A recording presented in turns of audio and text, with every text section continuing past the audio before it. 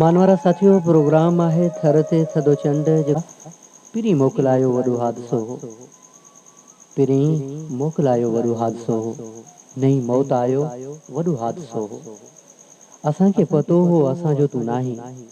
असांखे पतो हो असांजो तू नाही। असां पे निभायो वॾो हादसो हो। पिरह जा मुसाफ़िर थकी पिया सुम्ही। असां पोइ बि ॻायो वॾो हादसो हो। ॾियाटियूं ॿरियूं ऐं ॾियारी बि वई। ॾियाटियूं ॿरियूं ऐं ॾियारी बि वई। सुकून कोन आयो वॾो हादसो हो। चयाईं मिटी जी मर्यादा बचाए। चयाईं मिटी जी मर्यादा बचाए। असां छा बचायो वॾो हादसो हो। पिरी मोकिलायो वॾो हादसो हो। नई मौत आयो वॾो हादसो हो।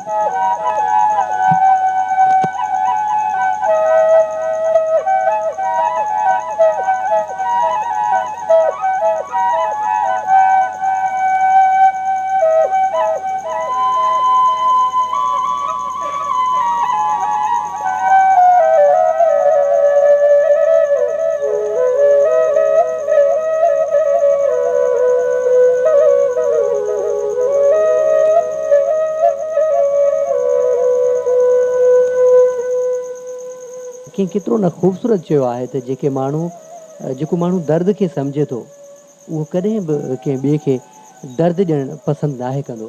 जेके माण्हू दर्द खे सम्झनि था त समीर मोहतरम, दर्द जेके बि माण्हू ॿियनि खे ॾियनि था त इहो पक सम्झी वठिजे त सुभाणे शायदि उन्हनि खे बि किथां दर्द पले पई सघे थो।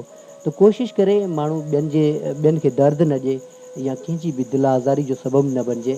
छो जो हीउ खन फेल जो मेल आहे दोस्तो। उनखां पोइ केरु केॾांहुं वेंदो इहा का बि ख़बर कोन्हे। असांखे हीअ जेका हयाती मिलियल आहे इन जा चारि पल आहिनि। जेकॾहिं माण्हू सम्झे त एतिरी डिघी ज़िंदगी न आहे, पोइ उन छोटी ज़िंदगी जे अंदरि, उन मुख़्तसर ज़िंदगी जे अंदरि जेकॾहिं असां कंहिं पंहिंजे मन जे अंदरि ॿियनि जे लाइ नफ़रतूं पालियूं, उनखां बहितरु आहे जेकॾहिं मोहबतनि जो पल मोहबतनि सां पल गुज़री वञनि ऐं असां मोहबतूं ई विरहायूं त असांजो नुक़सानु कोई कोन्हे दोस्तो।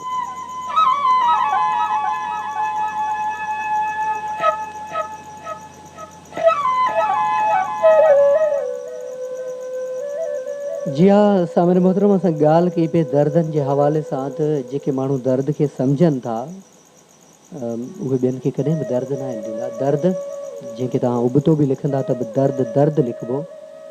जेकॾहिं सुबुतो बि लिखो त बि दर्द जी माना दर्द ई हूंदी आहे। दर्द ईज़ा हिकिड़ो तकलीफ़ ॾुखनि जो नालो आहे। जॾहिं ॾुखनि जी माण्हू कैफ़ियत में हुजे, तकलीफ़नि जी कैफ़ियत में हुजे, परेशानी में मुब्तला हुजे त उनखे बि माण्हू दर्द वारी कैफ़ियती माण्हू सम्झंदो आहे। ऐं ॿियो माण्हुनि जा जेके रवैया हूंदा आहिनि उहे बि माण्हू खे ॾाढी तकलीफ़ पहुचाईंदा आहिनि, दर्द पहुचाईंदा आहिनि।